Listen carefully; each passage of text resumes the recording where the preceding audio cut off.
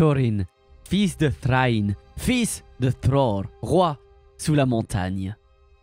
Tout ça, ça sonne familier à vos oreilles, non? Et si je vous disais que Thorin est un peu plus que juste le nain qui vient reprendre le royaume de son grand-père? Bienvenue sur la chaîne. Aujourd'hui, je vous raconte l'histoire de Thorin. Alors restez jusqu'à la fin. Thorin est né en 2746 du troisième âge, dans les salles profondes d'Erebor, la montagne solitaire, joyau du peuple de Durin. Là, l'or coulait comme des rivières, les marteaux chantaient, les joyaux luisaient comme des étoiles dans l'obscurité. Son grand-père, Thror, était roi, et le jeune Thorin, fils de Thrain, courait dans les galeries creusées par ses ancêtres, fier héritier d'une lignée ancienne, élevée dans la richesse et le respect, si riche et si respectueuse qu'une ville des hommes s'était établie juste devant Erebor. Elle s'appelait Dale, et là le commerce était florissant, tout dans le nord. Et encore plus au sud, Esgaroth, la ville du lac. Vous imaginez pas à quel point cette ville était riche, prospère. Elle commerçait avec les elfes de Thranduil. Le royaume d'Erebor rayonnait. Mais un jour le feu tomba du ciel. Nous sommes en l'an 2770 et Thorin n'a qu'une vingtaine d'années selon le conte des nains. Et ce jour-là, le ciel s'ouvrit sur une tempête de flammes. Smaug le terrible s'abattit sur Erebor. Il ravagea Dale, la ville des hommes, avant de s'enfoncer dans la montagne où il se mâla mort dans un tourbillon de feu et d'enfer. Ceux qui furent pris à l'intérieur n'en ressortiront jamais. Mais par une chance du destin, Thorin ne se trouvait pas à l'intérieur à ce moment-là. L'attaque de Smaug fut directe, fulgurante, inattendue, et la plupart du peuple de Thorin fut anéanti ce jour-là.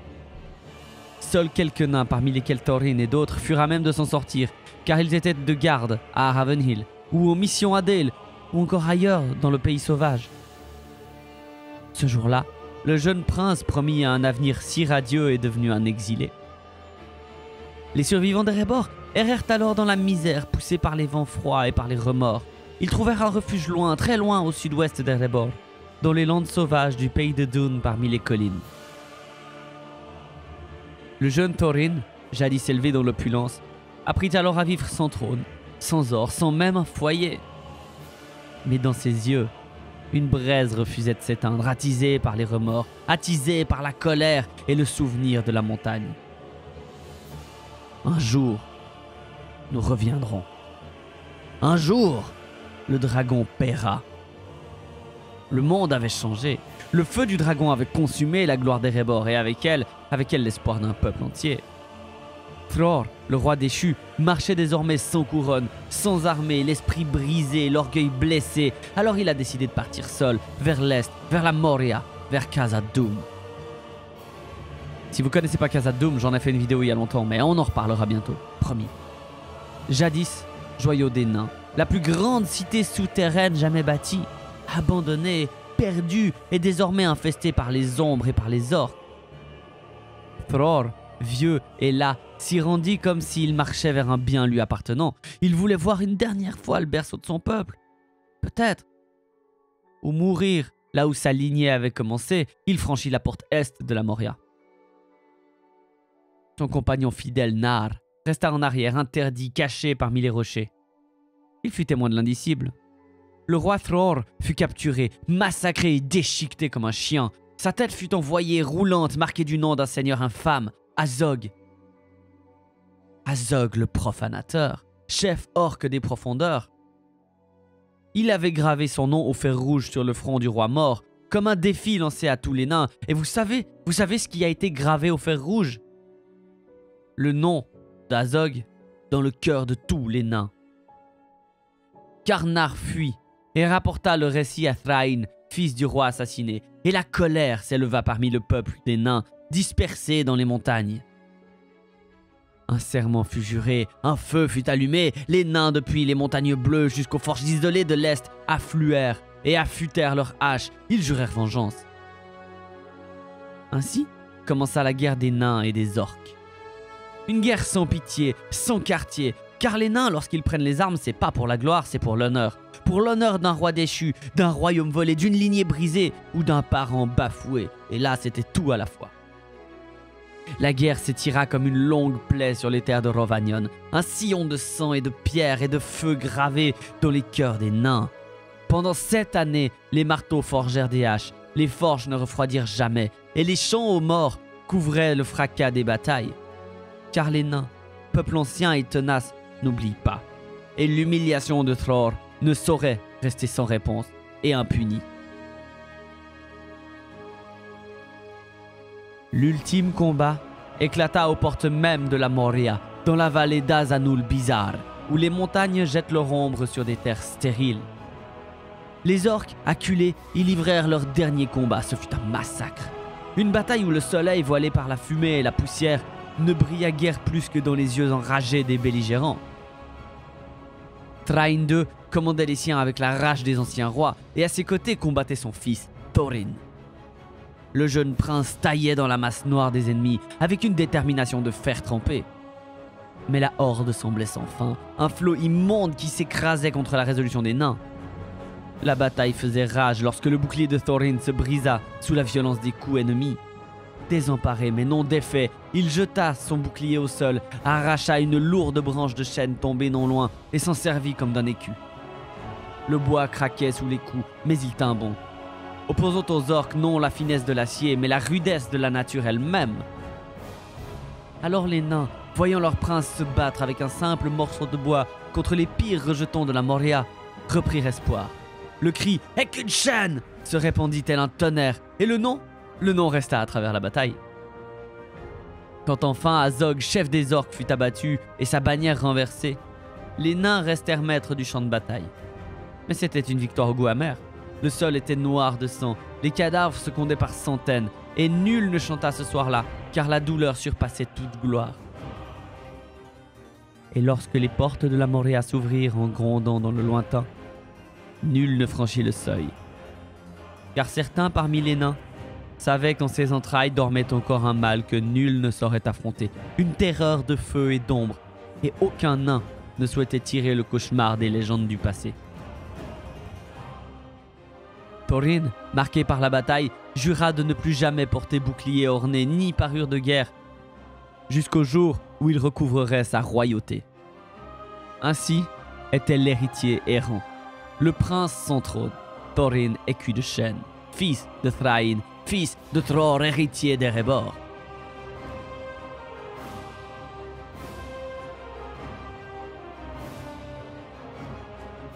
Dans les années qui suivirent la terrible bataille d'Azanul Bizarre, le peuple meurtri de Durin rassembla ses maigres forces. Thrain, son fils Thorin, et ceux qui avaient survécu quittèrent les terres autour de la Moria, laissant derrière eux leurs morts à même le sol, dans des tombes hâtives, creusées entre les racines mêmes de la montagne. Leurs pas les menèrent d'abord vers l'ouest, revenant au pays de Dun, cette contrée morne et rocailleuse qu'ils avaient jadis foulée en exil. Mais le cœur d'un nain ne se satisfait guère longtemps d'une terre qui ne résonne pas du chant des forges. Ils prirent bientôt la route d'Eriador, suivant les vieilles routes des âges passés, jusqu'à trouver refuge dans les montagnes bleues, près des anciens royaumes de Nogrod et de Belegost. Là, entre les cimes silencieuses et les galeries abandonnées des âges anciens, ils établirent leur demeure. Les forges furent allumées, le marteau chanta à nouveau sur l'enclume. Les nains du peuple de Durin façonnèrent le fer et le cuivre avec la même fierté qu'ils avaient autrefois donné forme à l'or et aux joyaux d'Erebor. Lentement, le commerce reprit, et dans la pénombre des halles reconstruites, les enfants nains naquirent. Peu nombreux certes, car les femmes de leur race étaient rares. Mais de nouvelles barbes, attirées par les rumeurs de prospérité, vinrent renforcer les rangs de la maison de Durin.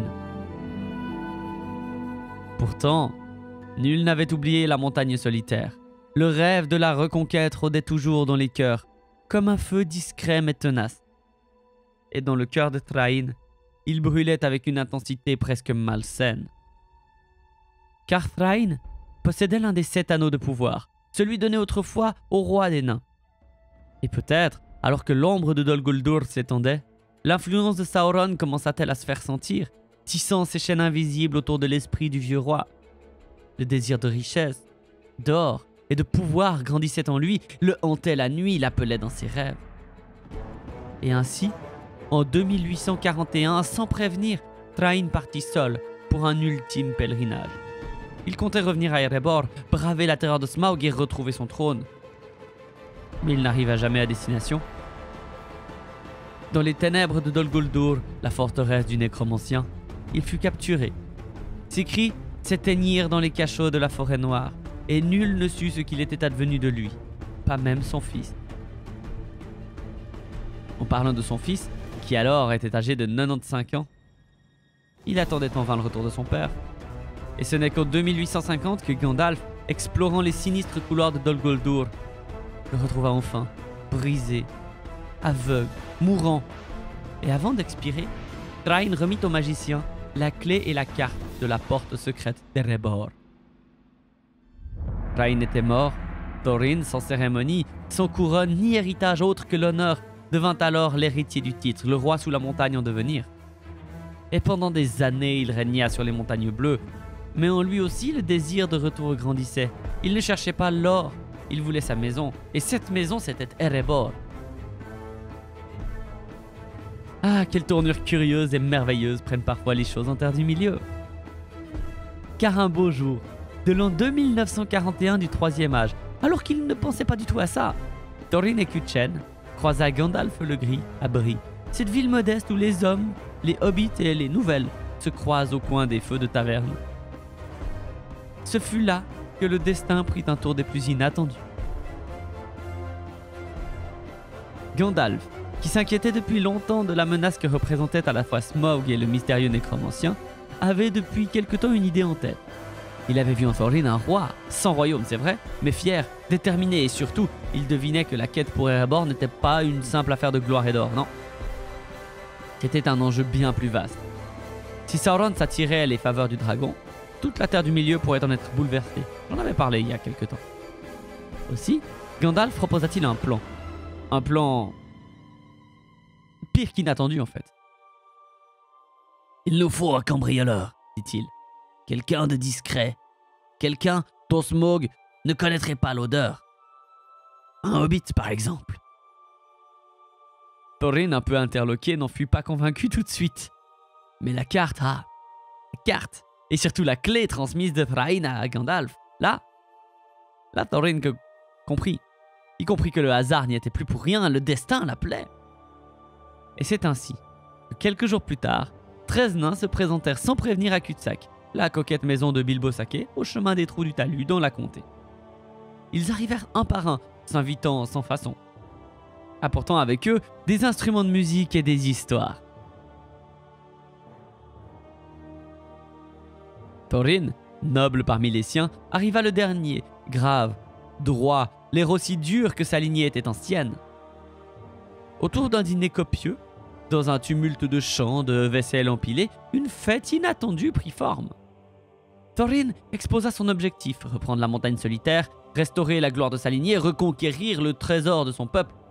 Bilbo de son côté se demandait ce qu'il faisait là, et il savait plus trop où donner de la tête. « Un cambrioleur? Moi » s'étonna-t-il, encore un biscuit à la main. Mais au matin, entre le chant des oiseaux et la poussière du chemin, le hobbit prit son courage à deux mains, attrapa son mouchoir, enfin non, il oublia son mouchoir et il courut à l'aventure. Ainsi commença la grande quête vers Erebor. Thorin menait la compagnie, suivi de Fili, Kili, Balin, Dwalin, Dorin, Ori, Oin, Gloin, Bifur, Bofur et Bombur. Sans oublier Bilbo et Gandalf bien sûr. Peu après, ils tombèrent sur des trolls malpolis et gloutons, faillirent finir rôtis mais s'en sortirent grâce à une ruse de Bilbo et à l'arrivée opportune de Gandalf. Dans la cachette des trolls, ils découvrirent 3 lames anciennes, issues de la légendaire cité que vous connaissez bien maintenant, Gondolin. Glamdring pour Gandalf, Orcrist pour Thorin et une petite dague pour Bilbo, bien qu'à l'échelle d'un hobbit c'était presque une épée. Il l'appellerait par la suite Dar. À Foncombe, chez Elrond, le sage seigneur lut les runes lunaires inscrites sur la carte. Des mots secrets, visibles uniquement sous une lune et un moment précis, si c'était pas une affaire de destin. Il parla de la pierre grise, d'une grive, du jour de Durin, où le soleil couchant révélerait peut-être le trou de la serrure. Les pièces du puzzle se mettaient en place, et la route vers la montagne solitaire venait à peine de commencer. Et si cette quête, à travers tout le pays sauvage, par ville de gobelins, Aigle géant, Beorn le change-peau et toutes les autres histoires vous intéressent, je vous conseille de lire Le Hobbit. Car le personnage de Thorin n'y est que très peu développé, le récit se centrant sur Bilbo et en général les nains pour la plupart des temps. Alors que la compagnie approchait enfin de la montagne solitaire, l'ombre immense d'Erebor se dressait contre le ciel comme un géant endormi. Après des semaines d'épreuves et de périls, le cœur de Thorin battait plus fort que jamais. Ils avaient atteint le seuil de leur propre destin. Mais avant cela, ils firent halte à Esgaroth, la ville du lac. Là, les nouvelles du retour du roi s'étaient répandues comme une traînée de poudre et Thorin fut acclamé avec une ferveur presque fanatique. Les hommes du lac, pleins d'espoir, virent dans son retour la promesse d'un âge meilleur, d'une prospérité retrouvée. Ils lui fournirent des navires, des vivres, des encouragements, des poneys, et Thorin, droit et solennel, proclama sa volonté de restaurer la grandeur d'Erebor. Lorsque les compagnons parvinrent enfin au flanc désert et silencieux de la montagne, le vent semblait porter encore les échos du rugissement de Smaug. Ils cherchèrent longuement l'entrée secrète, tapie parmi les pierres du versant occidental. Et ce fut avec les dernières lueurs du jour de Durin, comme l'avaient annoncé les runes lunaires, que la lumière du soleil couchant effleura le mur de pierre, révélant une serrure oubliée. Thorin inséra la clé héritée de son père, et la porte s'ouvrit lentement. Alors le silence pesa, le cœur lourd et l'espoir fragile. Thorin se tourna vers Bilbo. « À toi l'honneur, maître cambrioleur, dit-il. » Bilbo descendit seul dans les ténèbres, vers le cœur d'Erebor, là où dormait Smaug allongé sur un océan d'or et de joyaux, de coupes serties d'armes anciennes, un trésor incommensurable. Même un hobbit n'aurait su imaginer la taille qu'il faisait. La suite, vous la connaissez sans doute. Bilbo vole une coupe, il revient pour en apprendre plus, il découvre la faille dans l'armure du dragon, Smaug furieux s'envole vers Esgaroth en guise de représailles. Et ce fut là-bas, au-dessus des eaux en flammes du long lac, que Bard l'archer, guidé par une grive armée de sa flèche noire et guidé aussi par le destin, visa le cœur de la bête et le transperça. Le dragon s'écrasa dans la ville en flammes, le fléau de la montagne n'était plus. Mais la mort de Smaug ne fut pas la fin du conflit, elle était le début d'un autre. Dès que la rumeur de sa chute se répandit, les regards se tournèrent vers le trésor. Thorin, désormais libre d'entrer dans les grandes salles de ses ancêtres, perdit peu à peu sa sagesse dans l'éclat de l'or. Il fortifia l'entrée principale de la montagne et se déclara roi sous la montagne, héritier légitime d'Erebor. Mais Bard s'approcha bientôt, à la tête des survivants d'Esgaroth et escorté par l'armée des elfes de la forêt.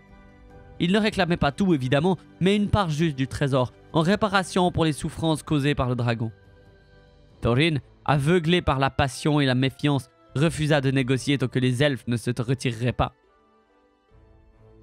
Devant l'inflexibilité de Thorin, Bard établit un siège.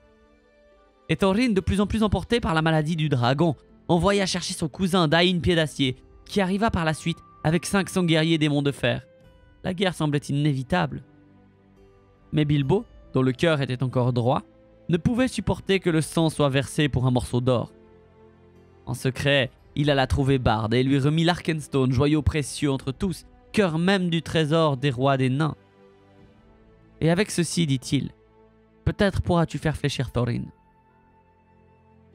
Et lorsque Thorin vit l'Arkenstone entre les mains de Bard, il comprit la trahison, la colère fut immense, il rejeta Bilbo, le chassa, l'insulta. Ainsi, dans la grandeur de la montagne retrouvée, l'amitié se brisa, le doute s'installa et la guerre approcha. Car la guerre ne meurt jamais. La tension était à son comble. Les cris des armées résonnaient déjà dans les vallées quand du nord, un grondement sourd s'éleva, comme si la terre elle-même s'ouvrait. Les ombres dévalaient les pentes enneigées. Bolg, fils d'Azog, menait une horde innombrable de gobelins, de wargs hurlants. Une marée noire qui ne cherchait ni or ni royaume, mais le chaos, la mort et l'oubli.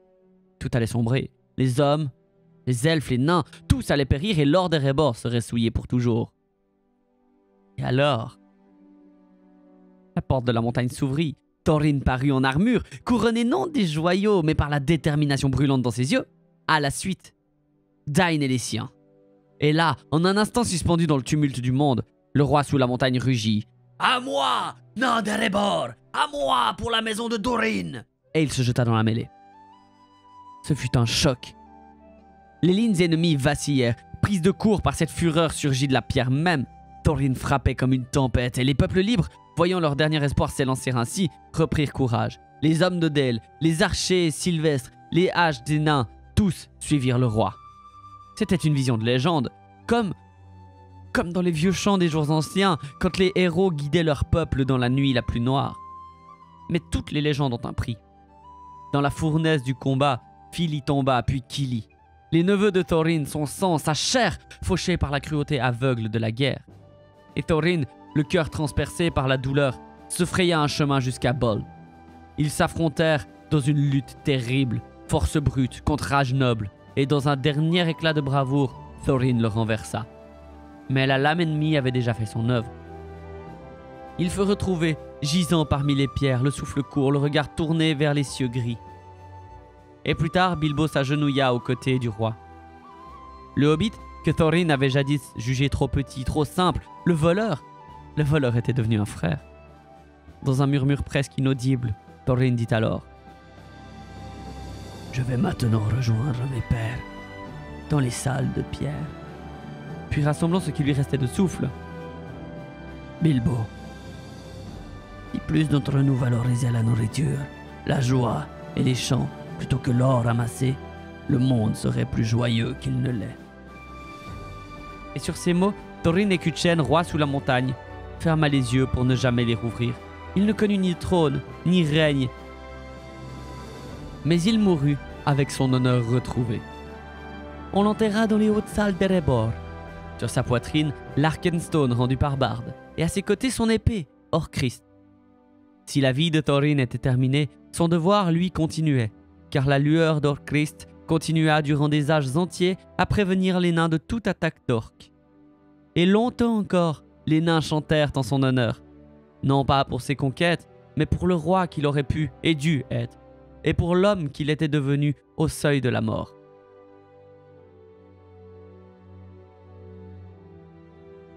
J'espère que cette histoire vous a plu. Vous savez comment me remercier si c'est le cas. On se retrouve très bientôt pour un nouvel épisode. Merci d'être toujours là. Et à très bientôt au Terre du Milieu. Ciao!